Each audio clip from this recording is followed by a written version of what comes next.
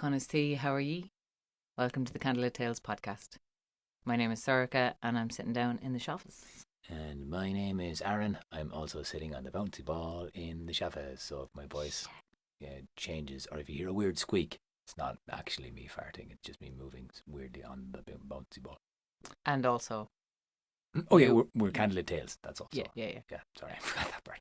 We're Candlelit Tales and this is the Candlelit Tales podcast and we're going to tell you a story. Sorry, I'm not going to tell you a story. She is, because she's going to tell you a story about Tribalism. Yes. Something And if like you like this podcast and if you like to support us, you can head over to patreon.com/Candlelit Tales. But if you don't, that's okay too. Sure, just grand. Listen away. Hey Sorika, tell us a story. All right. Not in an English accent. I'll think about it. The settling of the Manor of Tara.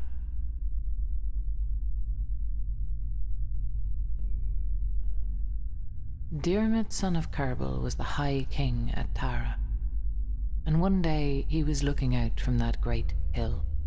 Looking out, and it was a clear day, and so he could see all of the other provinces of Ireland from that one hill at the centre of it all. But on this day he started to look a little closer to home, and he noticed something. He noticed, and not for the first time, that the land around Tara was good and fertile, green and glowing with health and vitality, but it was not planted, it was not seeded, it was not grazed by any livestock. It was fallow and it was wild. Now he had noticed this before, but now it began to vex him, because the time of the great feast was approaching, and he was noticing its pressure on his purse. And so Diarmid, son of Kerbal, went to his advisors and asked them what they would think of putting that good green land to use. And they said, well, now this is a matter of tradition. And he asked them, could any of them remember why it was a matter of tradition? But none of them could. Still, changing something so fundamental seemed to them a foolish thing to do, because if they couldn't remember a good reason for it, they couldn't remember a bad reason either. So the king decided he would wait until the feast and ask then and see what was said about it. Now this feast happened once every 7 years at Tara. It was the duty of the High King to gather everyone, to invite everyone on the island from every tribe and every kingdom and every hill and every valley, and they could gather there at the centre, the one table, all of them arranged according to their rank, according to their station, and not according to the place of their birth. And all of them could sit down together as people of the one island. And the king's duty was to host them, to make sure they had enough food and enough drink, and to make sure and remind them of where they were, at the sacred centre, at Tara. And this was not a place for old feuds and old arguments. This was a place of coming together, of union and of merriment and of meeting. The king put his question to the people assembled at Tara. He asked them what they would think about putting the manor of Tara to good use. And he asked them if any of them knew why it was not done that way. And none of them knew. But they were hesitant as well, and so they said, well, let us send for the greatest sage. And the greatest sage that any of them could think of was a man named Fiachra, the son of the embroiderer. And Fiachra had been St. Patrick's successor in Ireland, an old man and a wise man.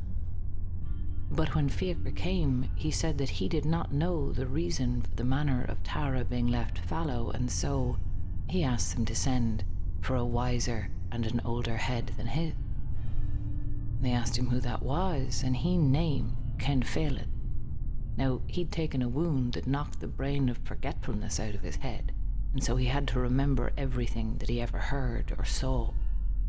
And so Cinfeilid was sent for.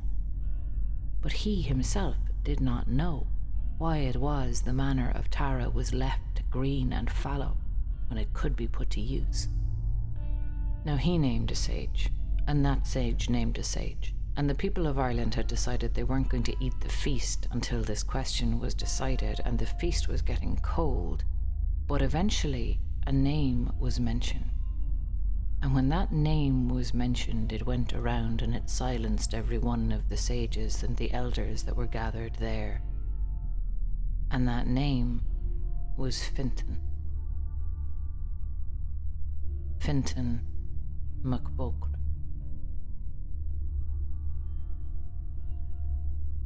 Now, none but the sages knew who that was. That name had been lost to time, but the sages all agreed that this was the oldest man in Ireland, and if anyone knew the reason for the Manor of Tara being left fallow, it was he. And so he was sent for.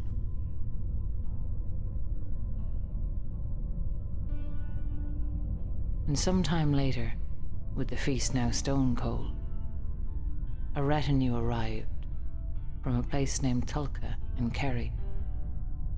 And in that retinue was an old, old man. But though he was old, he was hale and he was hearty. And there was a twinkle in his eye, and they could see, just from looking at him, that he still had his wits about him. And the king, Dermot, son of Kerbal, summoned Fintan to him and said, "Can you tell us why it is that the Manor of Tara is not put to use and not put to profit?" And Fintan said, "I can. I know well why this is, and well it is that I remember." And someone there challenged him, asked him how it was that he remembered this. How could they be sure that his memory was that good?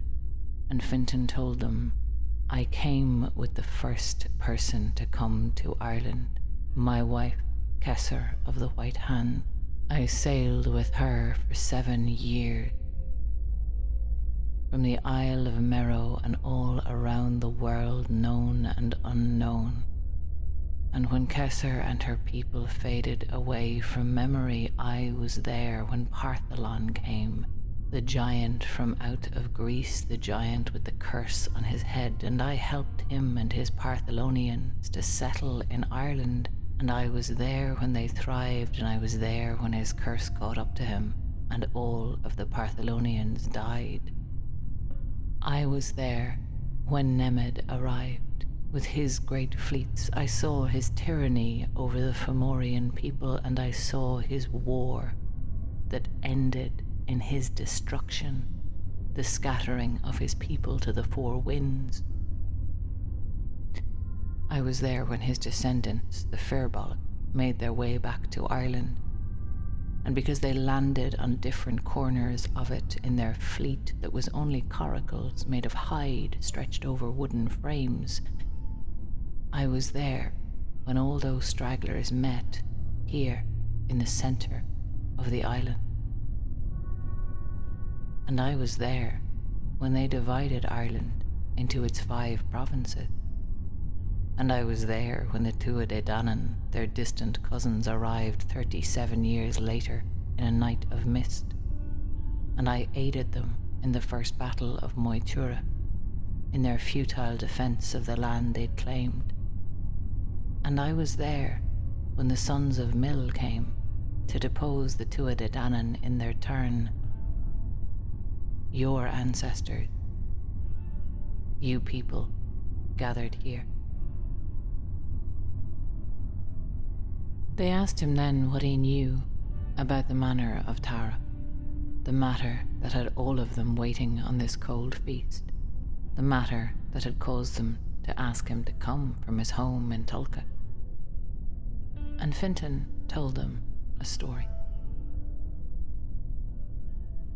Long, long, long ago, Fintan had been with the sons of Mill, the Celtic peoples who'd come from Spain to Ireland. There had been a ceilidh much like this one, a gathering at Tara, and all of the people there had seen an incredible sight. They saw a giant come striding over the land. Around his shoulders he wore a cloak of crystal. In his hand he carried a branch that bore nuts and berries and fruit all at the same time. On his feet, sandals of wonderful iridescent material. And he was so tall you could see sky between his legs with the great strides that he took. And the people gathered at Tara called out to him, asked him who he was and where he was going. And he stopped and he sat to speak with them a while. He told them his name was Tribalism, and he was going from the setting of the sun to the sun's rising. And he asked them how they were, and who they were, and what they were doing there. And they answered him with their lineages and their name.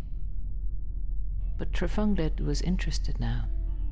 He asked them to explain to him the way their country was divided, the way it was organized, how they ran things.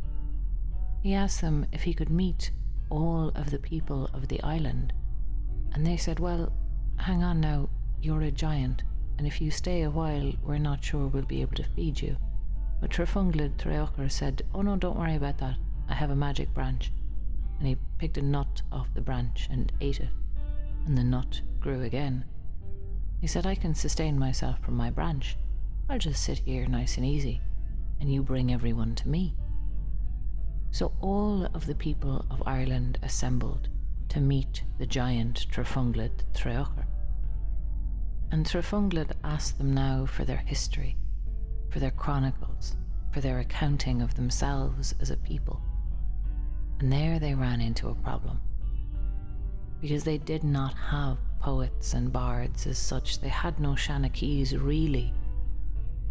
Their history, their chronicle was fragmented.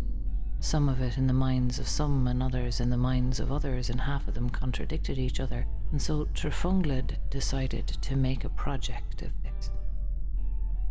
He took the 7 wisest people out of each of the 5 provinces, and he gathered them together, and he gathered together all the information, and they all between them put it in order and put it to memory. And he told them now that they were Shanakees, that they were the ones who had to remember the things that were important to their people, that their duty was to remember and to remind.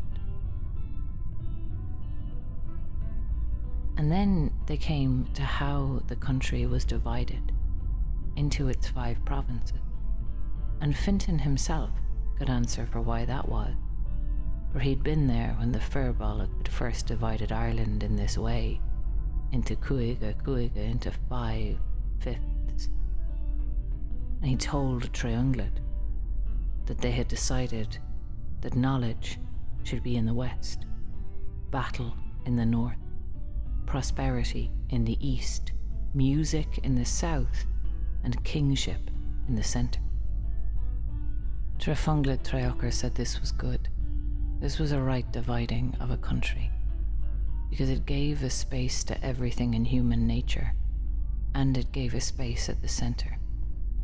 And that space should always be held open and ready and empty, held as a space for all of the people to come together, to gather together, to be one people, to put aside their differences, to put aside their tribal loyalties, to put aside their hatreds and their squabbles, and to have this space to come to, this wild heart at the center of the land, this freedom, where they were only people of the one island.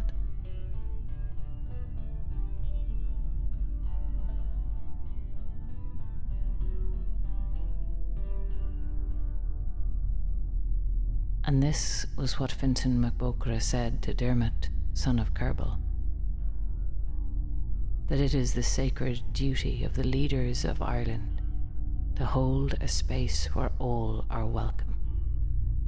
To hold it wild, to hold it empty, not to turn their minds to profit and the narrow interests of the few, but to hold this open for all of the people on this island.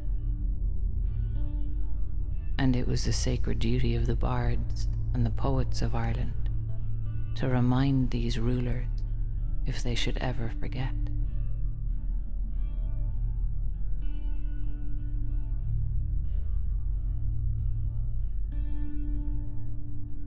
And then Fintan led all of those people, all the wise ones and all the curious ones and all the foolish ones and all the interested ones, he brought them to Uisneach. And he set up a standing stone there, partitioned in 5. And he carved on it the names of the provinces and their attribution. And they took their leave there from the hill of Uisneach, because Uisneach and the Tara were the 2 kidneys of the land set together in the centre. And Dermot, son of Kerbal, High King of all Ireland, went back to Tara, for he had his answer, and a great deal to think about.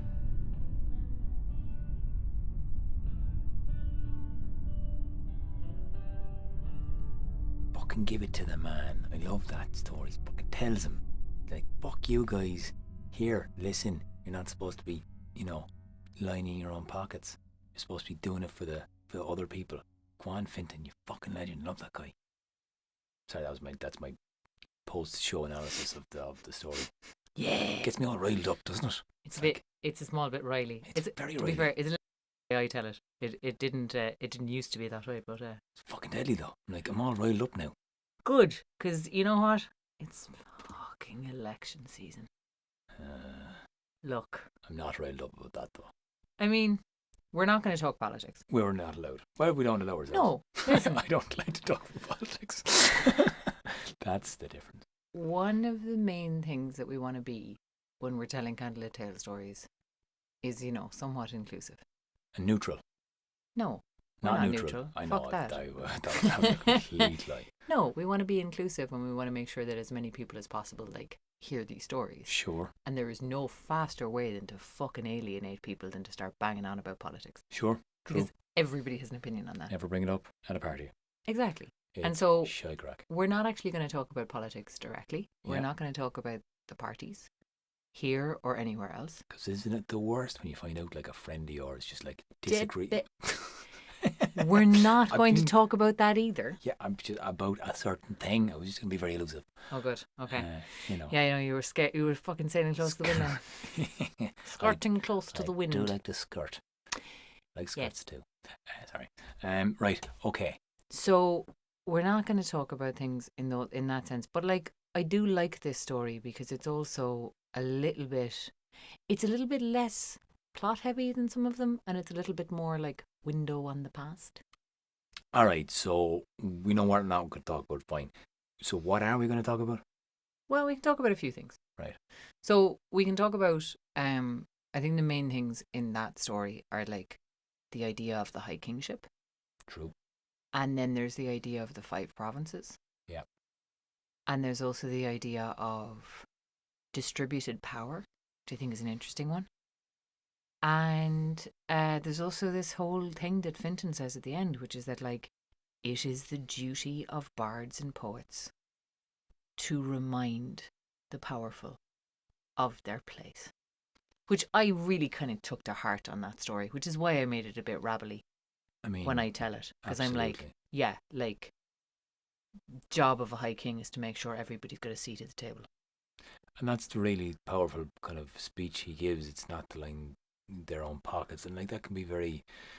You can kind of go down a grey area with that because, of course, it's a job and everyone needs to get paid, blah blah blah. But then when you see people abusing that power, it's no, that's not what that's in place for. And the idea of the High King being able to be clear with that and represent. And also in Ireland, the hiking representing the land is a very clear Well, thing as you've well. got the whole like ritualistic marriage to the land piece, but you've also got like, I mean, there's this. I think this idea of the fifth province and the High King is really Yeah. an interesting one because like, it's debated whether it ever existed, The fifth province.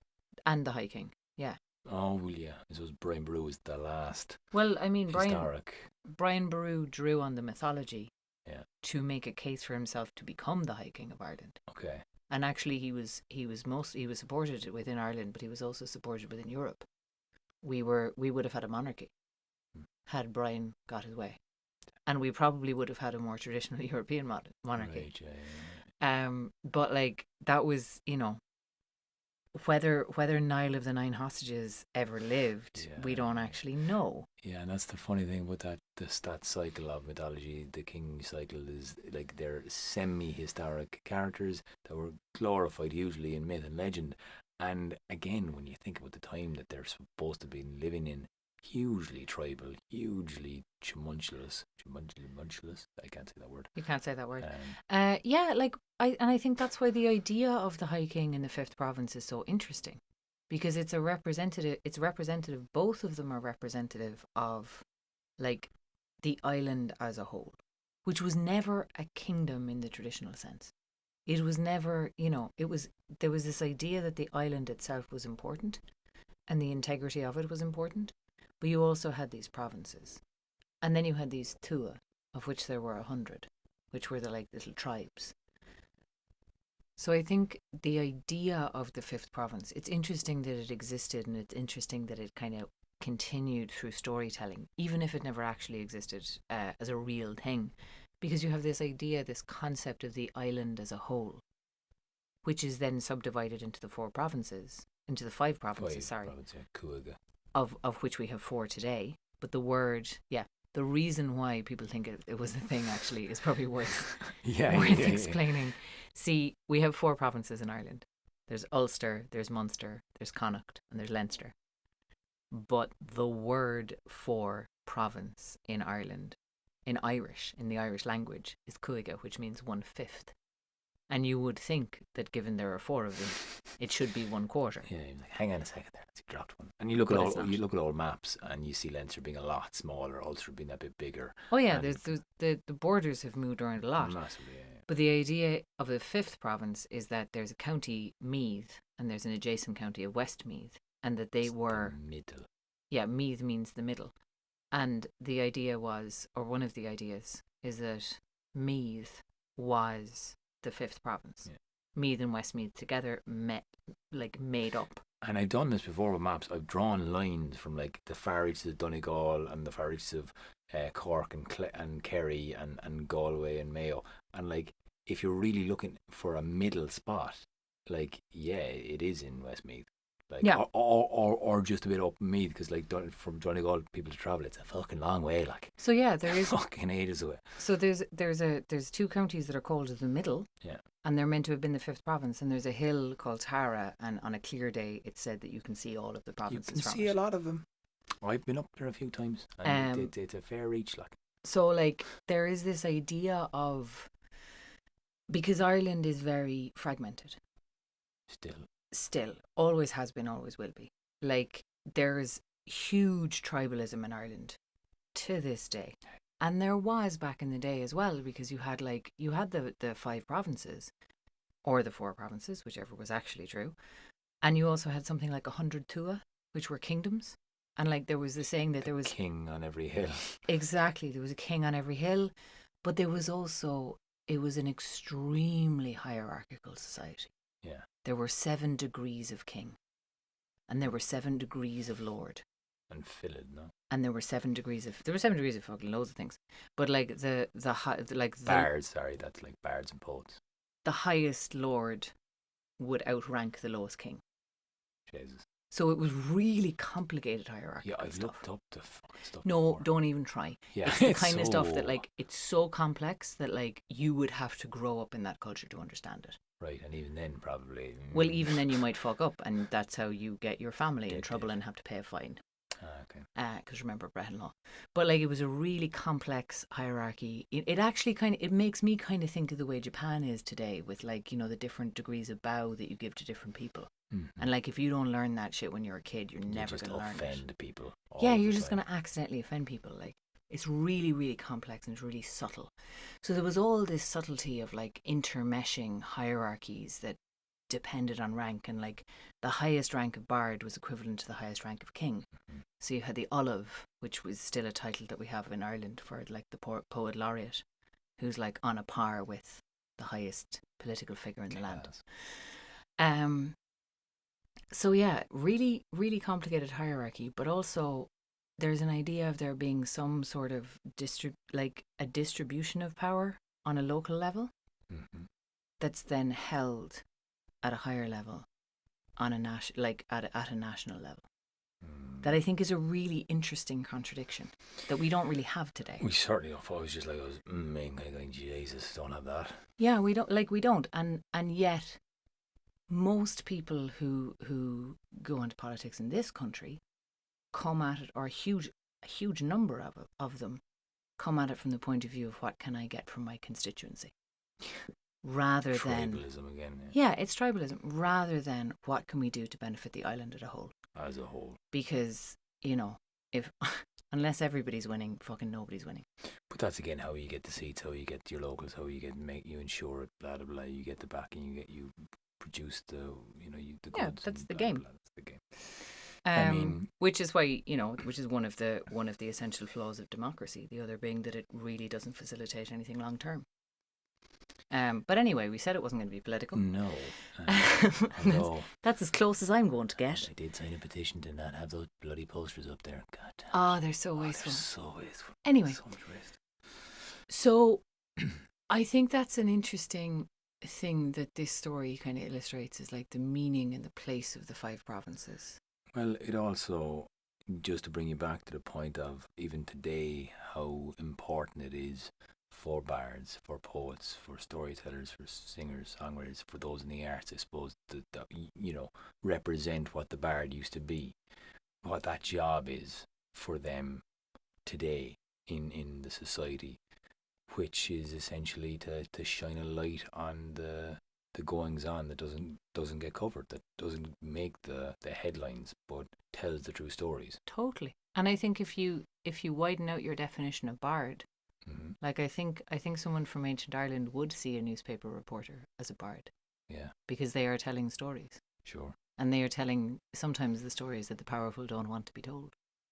And like, it's the job of anybody who is a storyteller, whether they're a comedian or a journalist or a filmmaker or a playwright or photographer or whatever. Whatever your art form is, part of the task is to show the truth. Mm-hmm. And part of that is showing truth to the powerful.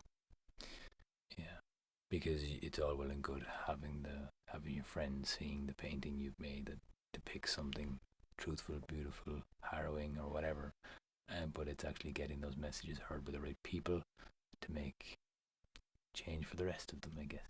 And sometimes the right people are just enough of the ordinary people.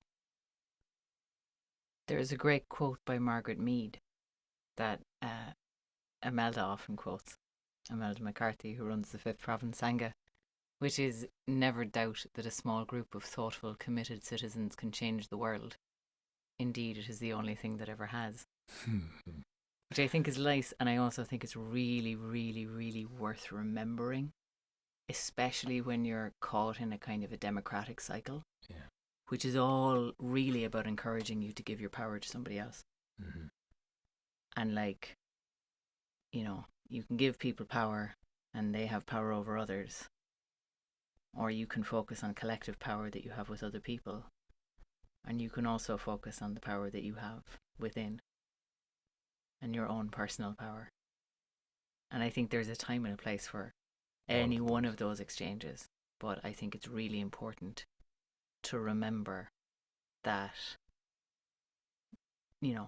not political power is not the only kind of power in this world. Absolutely.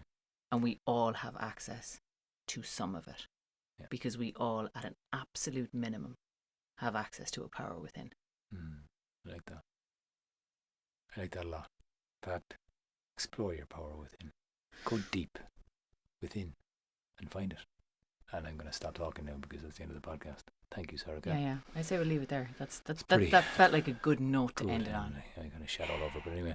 Thank you for listening, guys. If you want to support us on Patreon, go to patreon.com/candlelit tales and throw some change. It makes a massive difference. Thank you for those who've already supported us on Patreon, because you've made this possible.